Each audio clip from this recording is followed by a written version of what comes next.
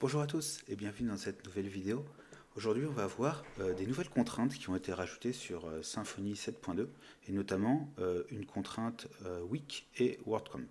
Donc la première week, ça va permettre de valider un format, un signe donné sur un format de semaine.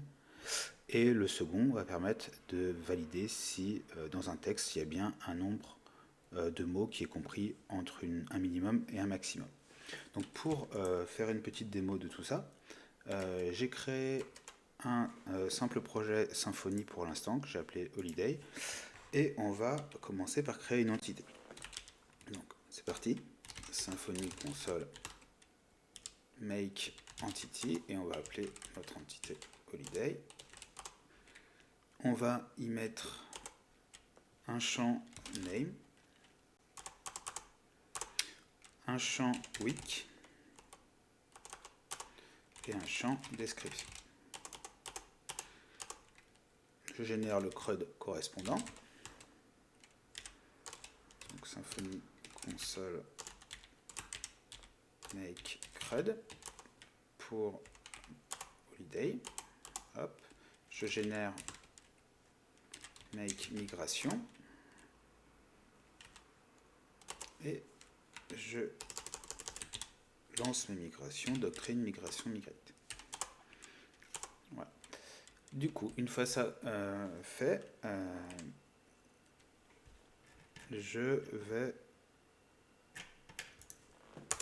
me rendre sur mon projet. Hop, ici. Et je vais avoir une route Holiday. On voit que j'arrive sur mon projet. Je vais juste charger un petit CSS pour que ça soit un peu plus joli sur Pico CSS. Je vais juste dans base, hop, je copie-colle le lien là, hop, je mets un petit container ici et je vire le CSS de base. Je reviens là, voilà, j'ai quelque chose d'un peu plus joli. Donc, on voit que j'ai déjà quelques données, j'avais fait des tests, peu importe, on va voir ici, créer une nouvelle zone de vacances, on va appeler ça, je sais pas, Pâques. On est à Noël, on va appeler ça Noël. On va mettre semaine, du coup, pour l'instant, mais n'importe quoi, et je valide. On voit que j'ai créé ici ma ligne Noël, pas de souci. On va supprimer l'ancienne que j'avais. Donc là pour l'instant j'ai aucune restriction, je peux créer n'importe quoi dans les semaines. Or, vous voyez au-dessus il y avait quelques exemples. Quand on a un format de semaine, il y a une norme ISO bien particulière, c'est l'année-W, grand W, et le numéro de la semaine. Donc il faut que ça respecte cette norme-là pour que ça soit bien reconnu. Et donc la nouvelle contrainte week justement valide qu'on est bien sur ce type de format. Donc pour commencer, on va rendre notre formulaire un petit peu plus propre. On va aller ici dans forme. Et ici, on voit qu'on là c'est un text type, là c'est un text area type, pas de souci. Ici, on va lui indiquer spécifiquement qu'on veut un week type. Un champ qui dit ici, attention, on veut quelque chose qui soit une semaine. Il y a quelques options, quelques subtilités. Quand on va dans la doc du week type, on voit notamment ici, il y a input, widget. Ça permet de décider sous quel format on va récupérer cette information de semaine. De base, on va récupérer la semaine sous forme d'un tableau avec l'année et le jour, et non au format string. Moi, là, je vais l'enregistrer directement en base de données. Je veux plutôt le format string, donc je vais plutôt mettre un input de type string. Sinon, je vais avoir une erreur. Et ensuite, au niveau du widget, on peut choisir si on veut rendre un simple champ texte basique, Si on veut avoir deux select, donc un pour l'année, un pour le numéro de la semaine, ou si on veut un widget qui soit un input HTML de type week, ce qu'il existe. Donc on va plutôt prendre celui-là. Et donc on a dit c'était single text. Une fois ça fait, je vais revenir sur ici mon formulaire. Et donc là ici, si je regarde dans mon inspecteur, on voit bien que j'ai un input de type week. Alors sur Firefox, il n'y a pas de week picker, mais je crois qu'il y en a un sur Chrome, il faudrait vérifier. Peu importe. Ici, je vais appeler ça vacances, hop, et je vais dire qu'on va être sur 2024, week 10, peu importe. Une description. Je valide ça, et on voit qu'ici, pas de souci, ça a marché. Par contre, si à la place d'ici, je mets autre chose, que je valide, on voit que maintenant, vu que j'ai mis un type week, il va vérifier spécifiquement si on peut, si ça correspond à un format qui est l'année grand W et le numéro de la semaine. Donc là, c'est pas le cas, ça plante. Donc là, si je remets un truc qui ressemble 2025 week 1, ça passe.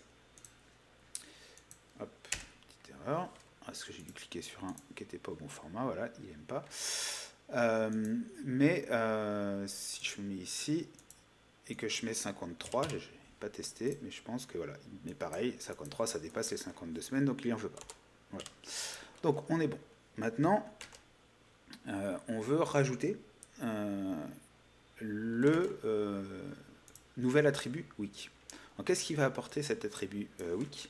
C'est notamment, on soit valider qu'on a bien un format week, mais ça, il le fait déjà au niveau du week type, mais c'est surtout pouvoir mettre un intervalle minimax pour dire, ok, je veux bien qu'on mette une information de semaine, mais c'est une semaine, par exemple, que pour l'année 2022, ou entre l'année 2020 et l'année 2023, et telle semaine. Donc, on va rajouter cet attribut au niveau de notre entité. Sur le champ week ici, hop, on va mettre hop, notre assert week. Donc il y a le use qui se met ici de la contrainte week. Hop, je ne sais plus où j'étais. Ici, et on va dire qu'on le veut pour l'année 2025 par exemple. Entre la première et la dernière semaine de notre année 2025. Donc ça, maintenant que je l'ai rajouté, je retourne sur ici, je vais l'appeler, hop, je vais en faire un nouveau. Je vais l'appeler Xmas 2025. Je vais mettre que la date de début, ça va être 2024 exprès. Je vais mettre un nouveau truc 50. Ouais. Si je valide, on voit, attention, alors déjà, je sais pas, un bon format, première vérification. Ensuite, je mets bien le bon format avec le W. Il met attention, ça doit commencer après 2025 week 1. Donc là, si je mets 2025 week 50, on est bien dans notre intervalle. Si je reviens, je mets 2026 50. Mais attention, il faut que ça soit en dessous de 2025 week 52. Donc voilà, c'est ce qu'apporte ce nouvel attribut week, de pouvoir valider cet intervalle. Ensuite, il y a un nouvel apport au niveau des contraintes, ça va être le word count. Donc là, on peut compter un nombre de mots. Donc on va se remettre ici sur notre champ. On va lui dire qu'on est sur par exemple, un text array a type. Hop. Hop. Donc là, on a bien notre champ ici. Hop. Qui est un text array a. Et on va pouvoir éditer ici. Donc là, je mets bien ce que je veux, ça passe, pas de problème. Je vais me mettre sur mon champ description et je vais rajouter le nouvel assert qui s'appelle word count. Hop, word count. Et on peut mettre un min. Donc je vais mettre minimum 3 mots pour que ce soit facile à tester et maximum 6 mots. pas très crédible comme exemple et ce sera plus facile pour le test. Donc je vais mettre un truc entre 3 et 6 mots. Je vais revenir ici. Hop, j'édite. Là on voit que j'ai un seul mot. Là j'ai 2 mots. Là j'ai 3 mots. Là j'ai 4 mots. J'update, ça passe. Si je reviens et que j'enlève des mots, peu importe la longueur finalement des mots, là j'ai bien 1 et 2 mots, j'update, attention, je dois avoir au minimum 3 mots. Ceci est une phrase d'exemple. 1, 2, 3, 4, 5, 6 qui va planter. Là, je dépasse les 6 mots et donc du coup, j'ai bien mon message d'erreur. Voilà à quoi sert ce nouvel assert word count. Ça compte vraiment le nombre de mots, contrairement à la contrainte de type length qui va compter vraiment le nombre de caractères. Là, on se focus sur le nombre de mots qui, en fonction des cas, peut être plus intéressant. Voilà ce que je voulais vous montrer pour cette courte vidéo. J'espère que ça vous a plu. N'hésitez pas à laisser un petit commentaire si c'est le cas. Et puis je vous dis à très vite pour une prochaine vidéo. Merci.